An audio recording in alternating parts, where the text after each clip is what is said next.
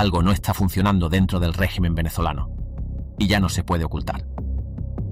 Mientras Delcy Rodríguez habla de apertura, de liberaciones y de un nuevo momento político, las decisiones no avanzan como ella las anuncia. Las órdenes se frenan, los resultados no llegan. Y cuando eso ocurre en un sistema como este, no es un error administrativo, es una señal de conflicto interno. Porque aquí no estamos viendo un poder compacto actuando en bloque. Estamos viendo líneas que chocan, intereses que se cruzan y una estructura que empieza a crujir desde adentro. Delcy intenta proyectar control, pero el poder real, el que maneja la fuerza, las milicias, los colectivos y el miedo, no se mueve al mismo ritmo. Y eso, en política real, es peligroso. Cuando un régimen empieza a mostrar contradicciones públicas y fricciones silenciosas, la historia siempre sigue el mismo patrón. No es el inicio de una reforma ordenada, es el inicio de una lucha interna. Ha hablado de conciliación, ha hablado de apertura económica, incluso de facilitar inversión en el sector petrolero. Pero la realidad no acompaña al discurso. Las liberaciones son parciales, más lentas de lo prometido. Las cifras oficiales no coinciden con lo que confirman organizaciones independientes. Y el proceso se siente trabado, pesado, dosificado. Eso no es casualidad. En sistemas como este, cuando algo no avanza, no es porque no se pueda, es porque alguien no quiere que avance. Aquí es donde entra la verdadera lectura de poder. Delcy Rodríguez no controla el poder duro, no controla las estructuras armadas, no controla los colectivos ni los aparatos de coerción que sostuvieron al régimen durante años. Ese poder tiene otros dueños. Y eso es algo que dentro y fuera de Venezuela se sabe desde hace mucho tiempo. Por eso, cuando Delcy anuncia cambios que luego no se ejecutan con la misma fuerza, lo que estamos viendo no es debilidad personal. Estamos viendo resistencia interna. Resistencia de una línea dura que entiende que una apertura real los deja expuestos. Que una liberación masiva rompe equilibrios. Que una transición acelerada los pone en peligro. Delcy, en cambio, está jugando otra partida. Una partida de supervivencia. Ella no está hablando de apertura porque crea en ella. Está hablando de apertura porque no tiene margen. Porque después de lo que pasó con Maduro, todos dentro del régimen entendieron una cosa muy clara. El margen de error se acabó. Por eso su discurso aparece después de que Donald Trump define públicamente el marco. No antes. Después. Eso no es coincidencia. Trump no le dejó espacio para diseñar un camino propio. Le dejó una ruta marcada. Y Delcy lo que está haciendo es tratar de caminarla sin que el sistema se le venga encima. Ahí está el conflicto. Hacia afuera, Delcy necesita mostrar cooperación. Necesita mostrar resultados. Necesita demostrar que es útil. Hacia adentro, no puede romper de golpe con quienes todavía sostienen el poder real. No puede desautorizar abiertamente a los sectores que manejan la fuerza. No puede ordenar sin negociar.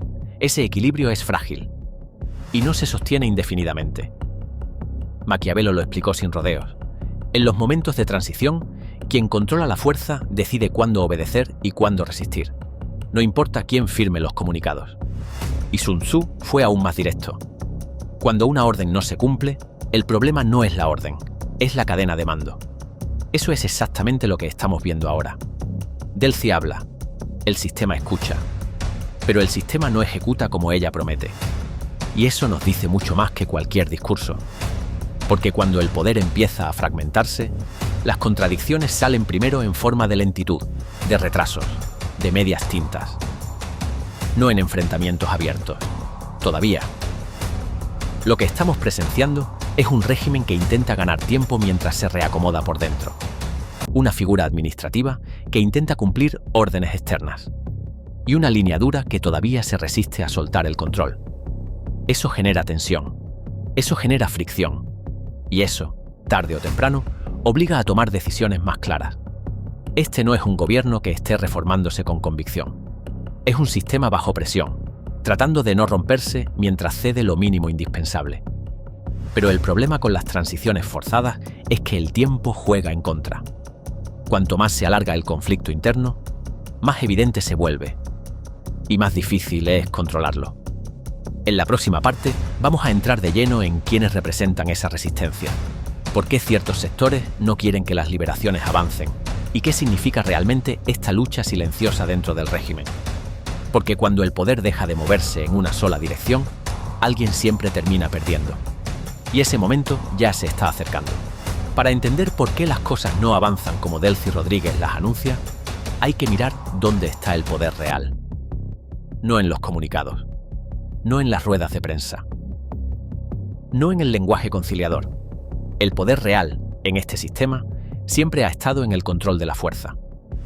Durante años, ese control se sostuvo sobre 3 pilares: las estructuras de seguridad, los colectivos armados y la capacidad de infundir miedo.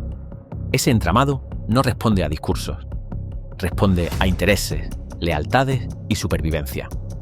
Por eso, cuando Delcy habla de liberar presos y el proceso se frena, la pregunta no es si ella quiere hacerlo, la pregunta es ¿quién tiene la capacidad de impedirlo? Y ahí aparece la línea dura. Esa línea no se sienta a negociar en público, no da entrevistas conciliadoras, no habla de inversión ni de apertura. Esa línea vive de la confrontación, se fortaleció en el conflicto y entiende cualquier apertura real como una amenaza directa. Porque una liberación masiva no es solo un gesto humanitario, es una señal de debilidad, es un mensaje de que el miedo ya no funciona como antes. Y eso, para quienes construyeron su poder sobre el miedo, es inaceptable. Aquí es donde la narrativa oficial empieza a resquebrajarse. Delcy intenta administrar una transición. Pero la transición no es un trámite administrativo, es una redistribución de poder. Y toda redistribución genera resistencia. Históricamente, los sectores que controlan la coerción nunca ceden por convicción. Ceden cuando no les queda alternativa. O cuando el costo de resistir se vuelve mayor que el de obedecer. Por eso la lentitud. Por eso las excusas. Por eso las medias verdades. No es que el sistema no pueda liberar presos. Es que hacerlo implica desactivar herramientas que durante años garantizaron control. Y nadie que haya sobrevivido gracias a esas herramientas las entrega fácilmente. Aquí entra una verdad incómoda. Delcy Rodríguez no puede imponer su voluntad sobre ese aparato sin provocar un choque frontal. Y ese choque, hoy, no le conviene a nadie dentro del régimen. No le conviene a la línea dura, porque aún cree que puede negociar mejores condiciones. Y no le conviene al sistema, porque una fractura abierta aceleraría el colapso. Por eso todo ocurre a medias. Ni ruptura total, ni obediencia completa. Maquiavelo advertía que en los momentos de transición, los gobernantes débiles intentan agradar a todos y terminan perdiendo el control. No porque falte intención, sino porque sobra presión. Eso es exactamente lo que está pasando. Delcy intenta enviar señales hacia afuera para demostrar cooperación, pero hacia adentro necesita evitar una rebelión silenciosa. Ese equilibrio es artificial y se sostiene solo mientras los sectores duros creen que aún pueden ganar tiempo. Aquí es donde entra el factor psicológico. Después de la caída de Maduro, todos dentro del régimen entendieron que nadie es intocable, que el sistema de protección falló, que las garantías desaparecieron. Eso genera miedo, y el miedo cambia comportamientos. Delcy actúa con miedo, la línea dura también, pero son miedos distintos. El miedo de Delcy es terminar como Maduro. El miedo de la línea dura es perder el control y quedar expuestos. Y cuando dos miedos chocan, el sistema se paraliza. Sun Tzu decía que el enemigo más peligroso no es el que ataca, sino el que resiste sin moverse. Eso es lo que estamos viendo. Resistencia pasiva, frenos internos, dilación. No es una rebelión abierta, es algo más sofisticado, más venenoso. Se anuncian cambios, pero se ralentizan.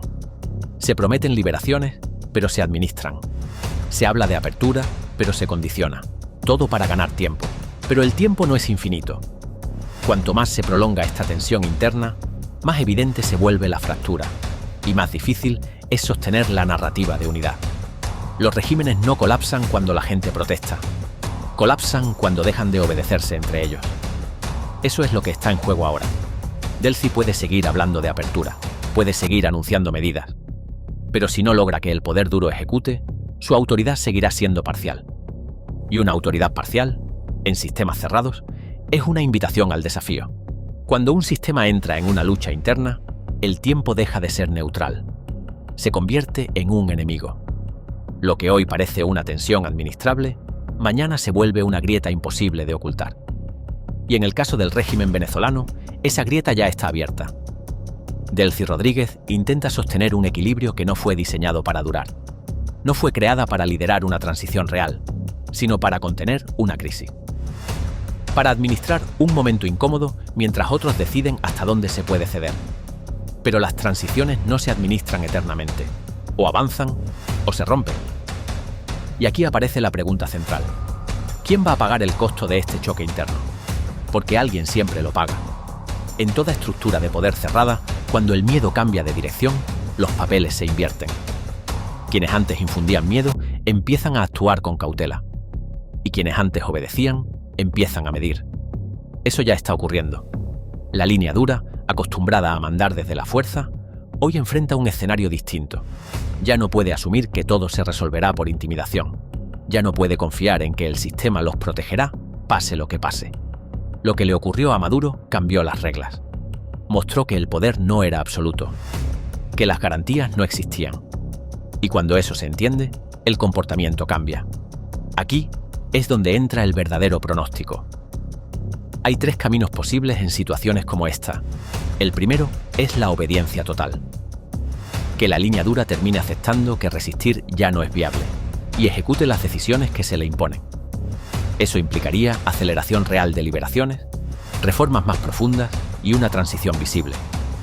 Ese escenario es posible, pero poco probable en el corto plazo, porque implica renunciar a herramientas que durante años garantizaron poder y protección. El segundo camino es la ruptura abierta, un choque frontal entre líneas internas, donde el poder duro decide imponer su voluntad. Eso generaría caos, sanciones más duras y un escenario de confrontación directa. Ese escenario tampoco conviene a quienes aún tienen algo que perder. Por eso queda el tercer camino, el más común en este tipo de sistemas: el sacrificio. Cuando una estructura no puede ceder completamente ni resistir abiertamente, suele entregar piezas, figuras que sirven como válvula de escape, como señal de que algo cambió, sin que todo cambie. Maquiavelo lo decía con crudeza: cuando un sistema necesita demostrar renovación, sacrifica a quienes simbolizan el exceso. No por justicia, por supervivencia. Ese es el peligro real de este momento. Delcy Rodríguez no está en una posición sólida, está expuesta por ambos lados. Para afuera, es responsable de resultados que no controla completamente. Para adentro, representa concesiones que incomodan. Y en sistemas cerrados, esa combinación es letal. Sun Tzu advertía que el general atrapado entre 2 fuegos pierde antes de que comience la batalla. No por falta de fuerza, sino por falta de control del terreno. Delcy no controla el terreno. Por eso su discurso es cuidadoso. Por eso sus anuncios son medidos. Por eso todo ocurre a medias. Pero el problema de las medias tintas es que no satisfacen a nadie, ni a quienes exigen cambios reales, ni a quienes quieren mantener el control intacto. Eso convierte a la figura administrativa en el punto de fricción, en el lugar donde se concentran las frustraciones. Y la historia es clara. Cuando el poder se divide, el administrador es el primero en caer. No porque sea el más culpable, sino porque es el más visible. Lo que estamos viendo hoy no es estabilidad, es una cuenta regresiva. Cada anuncio que no se cumple erosiona autoridad.